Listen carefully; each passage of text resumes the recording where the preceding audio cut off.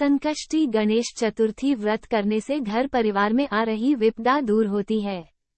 कई दिनों से रुके मांगलिक कार्य संपन्न होते हैं तथा भगवान श्री गणेश असीम सुखों की प्राप्ति कराते हैं।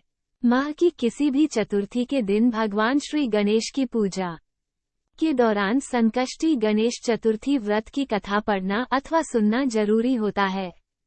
इससे संबंधित 4 कथाएं प्रचलित हैं।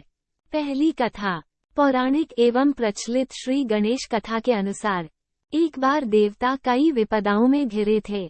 तब वह मदद मांगने भगवान शिव के पास आए। उस समय शिव के साथ कार्तिकेय तथा गणेश जी भी बैठे थे। देवताओं की बात सुनकर शिव जी ने कार्तिकेय व गणेश जी से पूछा कि तुम में से कौन देवताओं के कष्टों का निवारण कर सकता है। तब कार्तिकेय व गणेश जी दोनों ने ही स्वयं को इस कार्य के लिए सक्षम बताया। इस पर भगवान शिव ने दोनों की परीक्षा लेते हुए कहा कि तुम दोनों में से जो सबसे पहले पृथ्वी की परिक्रमा करके आएगा, वही देवताओं की मदद करने जाएगा।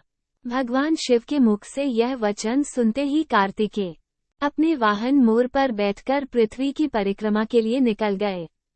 परंतु गणेश जी सोच में पड़ गए कि वो चूहे के ऊपर चढ़कर सारी पृथ्वी की परिक्रमा करेंगे, तो इस कार्य में उन्हें बहुत समय लग जाएगा। तभी उन्हें एक उपाय सूझा। गणेश अपने स्थान से उठे और अपने माता पिता की 7 बार परिक्रमा करके वापस बैठ गए। परिक्रमा करके लौटने पर कार्तिकेय स्वयं को विजेता बताने लगे। तब शिव जी ने श्री गणेश से पृथ्वी की परिक्रमा न करने का कारण पूछा। तब गणेश ने कहा, माता पिता के चरणों में ही समस्त लोक हैं। ये सुनकर भगवान शिव ने गणेश जी को देवताओं के संकट दूर करने की आज्ञा दी। इस प्रकार भगवान शिव ने गणेश जी को आशीर्वाद दिया कि चतुर्थी के दिन जो तुम्हारा पूजन करेगा और रात्रि में चंद्रमा को अर्घ्य देगा, उसके तीनों ताप यानी दैहिक ताप, दैविक ताप तथा भौतिक ताप दूर होंगे।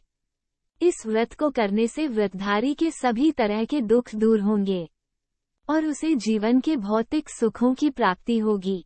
चारों तरफ से मनुष्य की सुख समृद्धि बढ़ेगी। पुत्र पौत्रादि धन ऐश्वर्य की कमी नहीं रहेगी। गणेश चतुर्थी व्रत की दूसरी कथा। एक समय की बात है, राजा हरिश्चंद्र के राज्य में एक कुम्हार था। वह मिट्टी के बर्तन बनाता, लेकिन वे कच्चे रह जाते थे। एक पुजारी की सलाह पर उसने इस समस्या को दूर करने के लिए एक छोटे बालक को मिट्टी के बर्तनों के साथ आग में डाल दिया। उस दिन संकष्टी चतुर्थी का दिन था। उस बच्चे की मां अपने बेटे के लिए परेशान थी। उसने गणेश जी से बेटे की कुशलता की प्रार्थना की। दूसरे दिन जब कुम्हार ने सुबह उठकर देखा तो आग में उसके बर्तन तो पक गए थे, लेकिन बच्चे का बाल बांका भी नहीं हुआ था। वो डर गया और राजा के दरबार में जाकर सारी घटना बताई। इसके बाद राजा ने उस बच्चे और उसकी मां को बुलवाया, तो मां ने सभी तरह के विघ्न को दूर करने वाली संकष्टी चतुर्थी का वर्णन किया। इस घटना के बाद से महिलाएं संतान और परिवार के सौभाग्य के लिए संकट चौथ का व्रत करने लगीं। गणेश चतुर्थी व्रत की तीसरी कथा। एक समय की बात है कि विष्णु भगवान का विवाह लक्ष्मी जी के साथ निश्चित हो गया। विवाह की तैयारी होने लगी। सभी देवताओं को निमंत्रण भेजे गए, परंतु गणेश जी को निमंत्रण नहीं दिया। कारण जो भी रहा हो, अब भगवान विष्णु की बारात जाने का समय आ गया। सभी देवता अपनी पत्नियों के साथ विवाह समारोह में आए। उन सबने देखा कि गणेश जी कहीं दिखाई नहीं दे रहे हैं।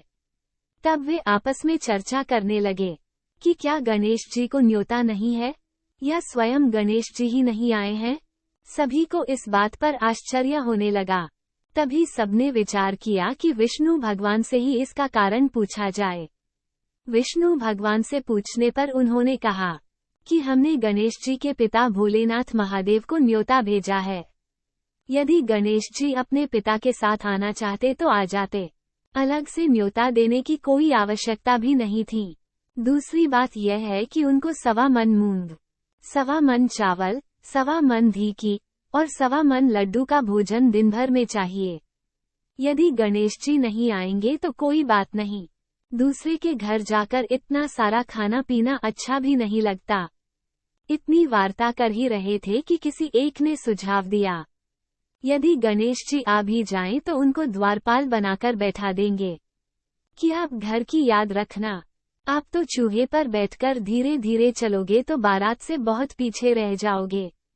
ये सुझाव भी सबको पसंद आ गया, तो विष्णु भगवान ने भी अपनी सहमति दे दी। होना क्या था कि इतने में गणेश जी वहां आ पहुंचे और उन्हें समझा बुझाकर घर की रखवाली करने बैठा दिया। बारात चल दी, तब नारद जी ने देखा कि गणेश जी तो दरवाजे पर ही बैठे हुए हैं, तो वे गणेश जी के पास गए और रुकने का कारण पूछा। गणेश जी कहने लगे कि विष्णु भगवान ने मेरा बहुत अपमान किया है। नारद जी ने कहा कि आप अपनी मूषक सेना को आगे भेज दें, तो वह रास्ता खोद देगी जिससे उनके वाहन धरती में फंस जाएंगे। तब आपको सम्मानपूर्वक बुलाना पड़ेगा। अब तो गणेश जी ने अपनी मूषक सेना जल्दी से आगे भेज दी और सेना ने जमीन पोली कर दी। जब बारात वहां से निकली तो रथों के पहिए धरती में धंस गए। लाख कोशिश करें परंतु पहिए नहीं निकले। सभी ने अपने अपने उपाय किए, परंतु पहिए तो नहीं निकले, बल्कि जगह जगह से टूट गए। किसी की समझ में नहीं आ रहा था कि अब क्या किया जाए।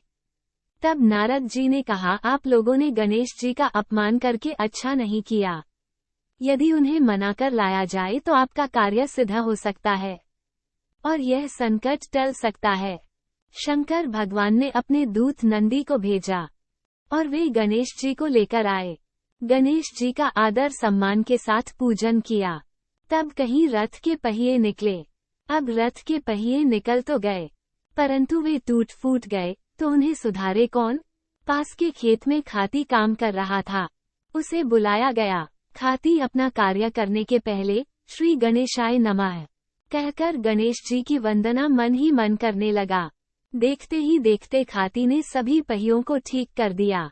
तब खाती कहने लगा कि हे देवताओं, आपने सर्वप्रथम गणेश जी को नहीं मनाया होगा और न ही उनकी पूजन की होगी, इसीलिए तो आपके साथ यह संकट आया है। हम तो मूर्ख अज्ञानी हैं, फिर भी पहले गणेश जी को पूजते हैं, उनका ध्यान करते हैं। आप लोग तो देवतागण हैं, फिर भी आप गणेश जी को कैसे भूल गए? अब आप लोग भगवान श्री गणेश जी की जय बोलकर जाएं, तो आपके सब काम बन जाएंगे और कोई संकट भी नहीं आएगा। ऐसा कहते हुए बारात वहां से चल दी और विष्णु भगवान का लक्ष्मी जी के साथ विवाह संपन्न करा के सभी सकुशल घर लौट आए।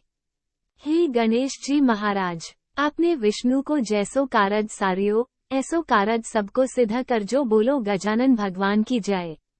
चौथी कथा। श्री गणेश चतुर्थी व्रत की पौराणिक कथा के अनुसार एक बार भगवान शिव तथा माता पार्वती नर्मदा नदी के किनारे बैठे थे। वहां माता पार्वती ने भगवान शिव से समय व्यतीत करने के लिए चौपड़ खेलने को कहा। शिव चौपड़ खेलने के लिए तैयार हो गए, परंतु इस खेल में हार जीत का फैसला कौन करेगा, ये प्रश्न उनके समक्ष उठा। तो भगवान शिव ने कुछ तिनके एकत्रित कर उसका एक पुतला बनाकर उसकी प्राण प्रतिष्ठा कर दी और पुतले से कहा, बेटा, हम चौपड़ खेलना चाहते हैं, परंतु हमारी हार जीत का फैसला करने वाला कोई नहीं है, इसीलिए तुम बताना कि हम दोनों में से कौन हारा और कौन जीता।